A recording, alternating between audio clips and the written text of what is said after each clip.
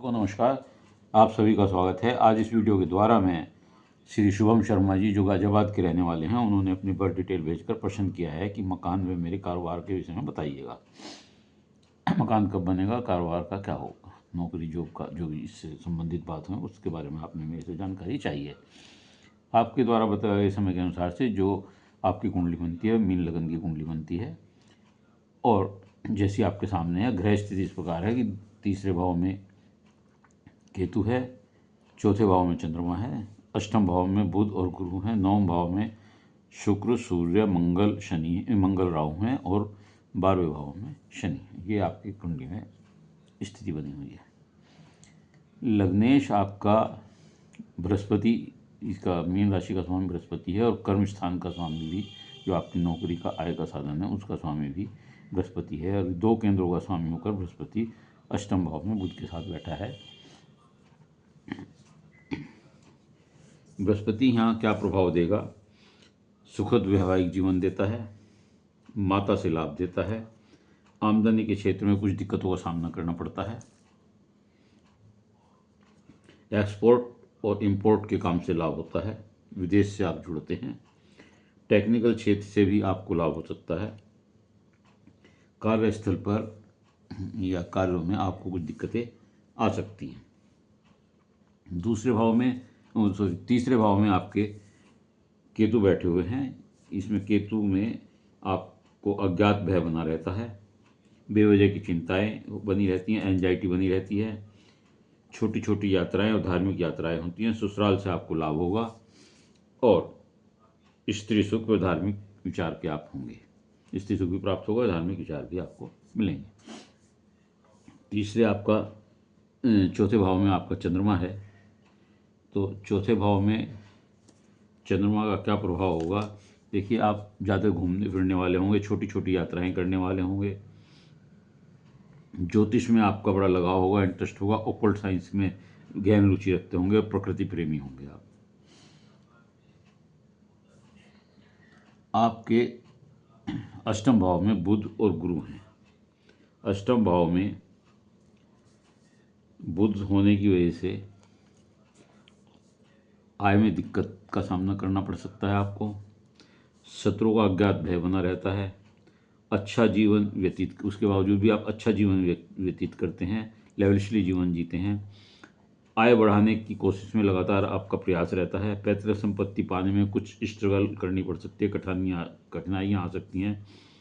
प्रभावशाली वाणी होती है, और ससुराल से ऐसे लोगों को लाभ होता है। और बुध गुरु का जो यहाँ पर कॉम्बिनेशन बना हुआ है, उससे वही बात है कि ससुराल से लाभ होगा, वाणी प्रभावशाली होगी, बहुत सी बातों का आपको पूर्व अनुमान हो जाता होगा, पूर्वाभास हो जाता होगा। पिता के घर ज़्यादा दिन नहीं रह सकते आप। विरासत से या गिफ्ट से कभी अचानक आपको सरप्राइजिंगली संपत्ति या धन की प्राप्ति हो सकती है।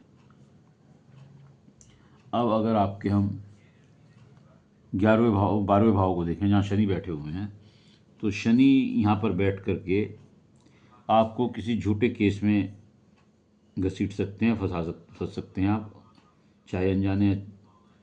सीधे पैर में चोट लगने का योग है, और कभी कभी शनि या तो कारागार का योग दे देते हैं, अन्यथा आप किसी बीमारी में चोट की वजह से हॉस्पिटलाइज भर्ती होंगे। पैतृक संपत्ति से भी लाभ प्राप्त होता है, विदेश में भी सेटल हो सकते हैं। मतलब आपको दूसरी जगह जहाँ से डिस्कनेक्ट हों, ऐसी जगह जा सकते हैं। इसलिए ज़रूरी नहीं है कि वो जो लियो मैंने बताया, संभावना प्रतीत बताई है, सेटल हो सकते हैं, लेकिन क्योंकि आप झूठे केस में हो सकते हैं, तो इसलिए आपको ध्यान रखना पड़ेगा। सीधी आंख पर और शरीर के सीधे हिस्से पर सीधा हिस्सा रोगग्रस्त हो सकता है। ऐसे लोग नौकरी छोड़ करके व्यापार शुरू करते हैं, जन विस्तार से दूर जाते हैं, और यदि दक्षिण स्थान में जाएं तो उन्हें विशेष लाभ होता है। तो आप अगर नौकरी भी करते होंगे तो नौकरी छोड़कर तो आप व्यापार करेंगे। अब मैं आपके 9th हाउस का, जिसमें जो सूर्य शुक्र मंगल और शनि राहु बैठे हुए हैं, इसका फलित करने की कोशिश करता हूँ। राहु यहाँ बैठकर अचानक धन लाभ और अचानक धन हानि। आमदनी बढ़ाने के लिए आप गलत माध्यमों का भी इस्तेमाल कर सकते हैं। उतार चढ़ाव धन का बना रहता है, और विदेश योग्य बनाता है आपको। आप विदेशी आमदनी से जो मिलता है एक्सपोर्ट इम्पोर्ट से आपको लाभ हो सकता है। इस तरह का कोई आप रास्ता ढूंढ सकते हैं।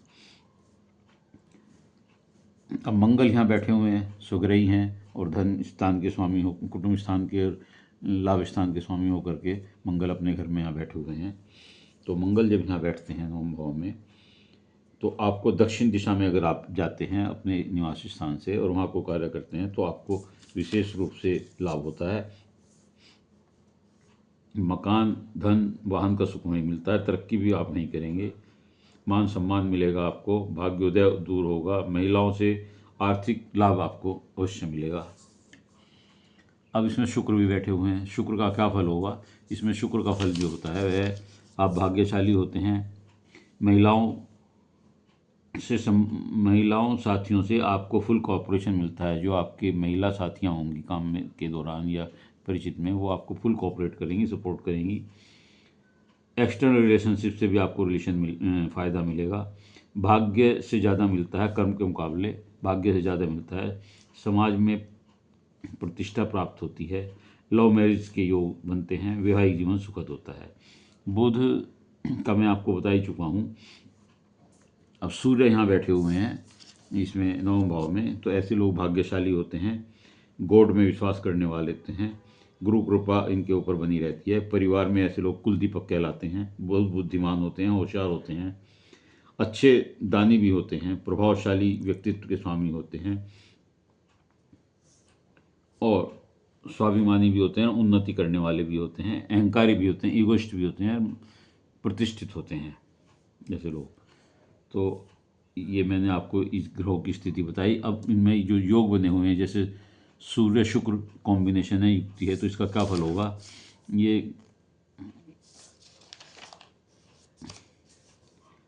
गृहस्थ जीवन में कुछ असहजता कभी कभी आप महसूस करेंगे।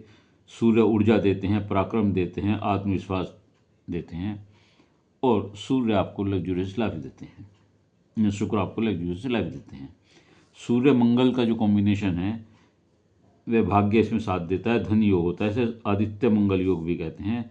आत्मविश्वास बहुत बढ़ा हुआ होता है। स्ट्रॉन्ग विल पावर होती है। सामाजिक प्रतिष्ठा होती है और विदेश योग इससे मिलता है जब सूर्य और मंगल साथ हों। सूर्य राहु भी साथ हैं यहाँ पर। तो सूर्य राहु क्या करते हैं? ग्रहण दोष बनाते हैं, विदेश में रहने का योग बनाते हैं, जीवन में उतार चढ़ाव देते हैं। आपको इसमें ग्रहण दोष का उपाय करना पड़ेगा। और मंगल राहु भी यहाँ हैं, तो मंगल राहु अंगारक दोष बनाते हैं, कार्यों में बाधा पहुँचाते हैं, आपकी भाषा में कटुता लाते हैं, गुस्सा आता है, आप अंधविश्वासी होते हैं और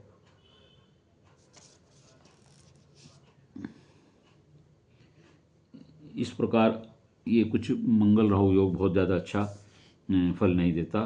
तकनीकी योग्यता आप जरूर, मंगल राहु यहाँ तकनीकी योग्यता आपको जरूर देते हैं।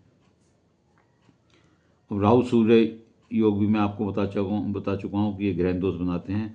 अब बुध और गुरु जो है, जो अष्टम भाव में बुध गुरु है, इसके बारे में आपको बता ही चुका था। तो इस प्रकार आपकी कुंडली में सभी प्रकार से स्थिति देखते हुए ये लगता है कि आपका जो मकान बनेगा वह आपको इस समय वर्तमान में बुध की मादा चल रही है और बुध में शुक्र का जो सूर्य का जो अंतर चलेगा वह आपको 28/11/31 के बाद से शुरू होगा। उसके बाद बुध में चंद्रमा चलेगा और फिर बुध में मंगल चलेगा। तो बुध में सूर्य से लेकर बुध में मंगल के अंतर तक, अर्थात 28/11/31 से लेकर 1/3/35 के बीच आपको मकान बनने की पूर्ण संभावना है। यानी कि आपको 40 से लेकर 43 वर्ष के बीच आपके मकान होने की संभावना है। आपको अपने जन्म स्थान से दक्षिण की तरफ जाकर कार्य करना चाहिए। घर से दूर जाकर आप तरक्की करेंगे और विदेश में से आपका संपर्क बन सकता है। एक्सपोर्ट इंपोर्ट का काम आप कर सकते हैं, उसमें आपको लाभ होगा। अगर नौकरी कर रहे हैं, नौकरी छोड़ने के बाद आप निश्चित तौर से अपना व्यापार करेंगे। उम्मीद है आपको अपने प्रश्नों का उत्तर मिल गया होगा। यदि आपको ये वीडियो अच्छी लगी हो तो इसे लाइक करिएगा, शेयर करिएगा और कमेंट्स बॉक्स में जाकर अपने विचार लिखिएगा। इसके अलावा यदि किसी और का कोई प्रश्न हो तो वह अपनी डिटेल भेजते हुए मेरे चैनल को सब्सक्राइब करते हुए अपना प्रश्न भेज सकता है। उत्तर अवश्य दूंगा। ये मेरी निःशुल्क सेवा है, लेकिन उत्तर के लिए आपको बहुत ही धैर्य से इंतजार करना पड़ेगा क्योंकि प्रश्नों की संख्या बहुत अधिक है। धन्यवाद।